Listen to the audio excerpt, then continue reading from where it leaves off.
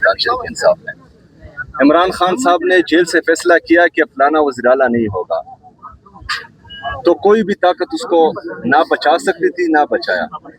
عمران خان صاحب نے کہا کہ میں وزیر اعلیٰ ہوں گا تو کوئی بھی طاقت مجھے وزیر اعلیٰ بننے سے روک نہیں پائی.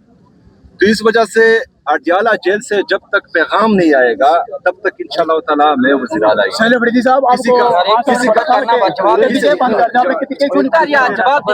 میری بات بہت جلدی ہے. اچھا, عمران خان صاحب کی حکومت ہے خیبر پختونخوا میں, اور اس کو صرف عمران خان صاحب کے علاوہ کوئی نہیں ختم کر سکتا ہے انشاءاللہ تعالی. یہ جو فارورڈ بلاک اور یہ باقی ساری چیزیں ہیں یہ پروپیگنڈا ہے.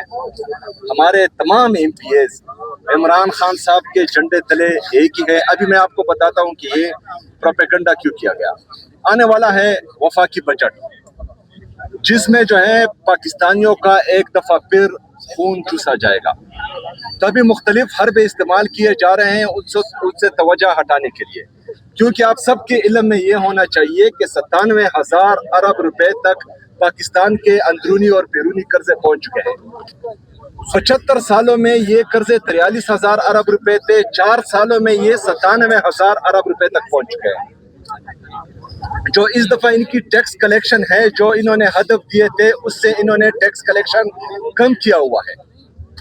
یہ ابھی بجٹ پیش نہیں کر سکے. آج جو ہے یہ 5 تاریخ کو بجٹ پیش کر رہے تھے, ابھی 10 تاریخ کو ہو گئے, کیونکہ ان کے ساتھ جو پارٹیاں ملی ہوئی ہیں وہ عوام کا نہیں سوچتی ہیں.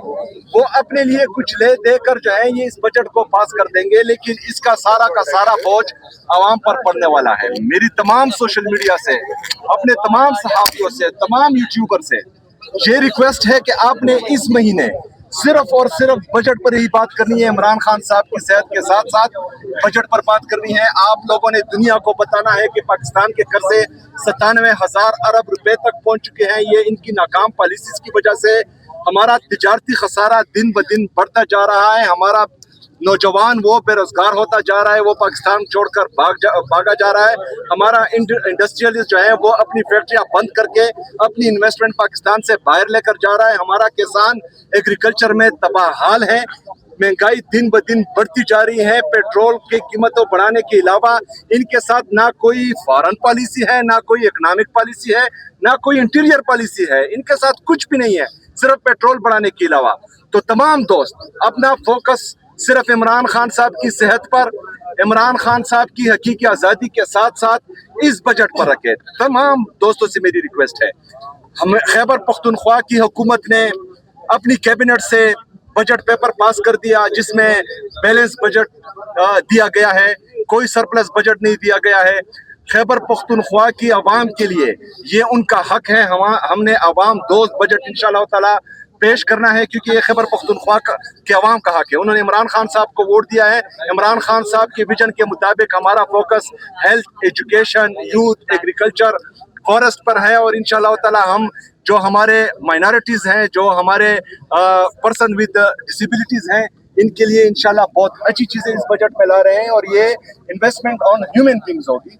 ہمارا بجٹ ہم جانے اور ہماری عوام جانے خیبر پختونخوا, لیکن وفاقی بجٹ جو ہے اس کا امپیکٹ خیبر پختونخوا پر بھی پڑے گا, پنجاب پر بھی پڑے گا, کراچی پر بھی پڑے گا, بلوچستان, گلگت بلتستان, آزاد جموں کشمیر پر, ان سب پر پڑے گا. آپ سب نے جو ہے اپنا فوکس وفاقی بجٹ پر رکھنا ہے, کیونکہ یہ آپ پر ایٹم بم گرانے والے ہیں. سر یہ بتائیں صاحب, آج ملاقات کے حوالے سے ہے کوئی یقین دہانی کرائے گی آپ کو؟ ابھی ایک سیکنڈ, کیا آپ کیا پوچھنا چاہتے ہو؟ آپ نے کھڑے ہو کہ پولیٹیکل میڈیا کے اندر کی میٹنگز کیا ہو رہی ہے؟ آپ عمران خان سے ڈسٹریکٹ کرنا چاہتے ہو؟ آپ یہاں عمران خان کے لیے بیٹھے, یقین سے میں آپ کو بتا رہی ہوں. اگر یہاں پہ اگر آپ لوگوں نے کہنا ہم آپ میڈیا سے وکیل لوگز جو یہاں فوکس اگر رکھ سکتے ہیں تو ہماری مرضی اگر ہم جواب دیں گے نا. اس لیے آپ نے اگر یہاں پہ شیطانیاں کرنے کے لیے آنا ہے تو عمران خان سے ڈسٹریکٹ کوئی نہ کرے. سیدھی سی بات ہے. ایک سیکنڈ آپ فوکس رکھو, ہم ایک مقصد کے لیے آئے ہیں. اگر آپ کے ساتھ بات چیت کرتے ہیں اپنے مقصد کو پورا کرنے کے لیے کرتے ہیں, اور وہ عمران خان کے لیے. اگر آپ نے اپنے ویلاگ چلانے ہیں تو اسی پہ چلیں گے. اگر آپ نے شیطانیاں کرنی ہیں یہاں پہ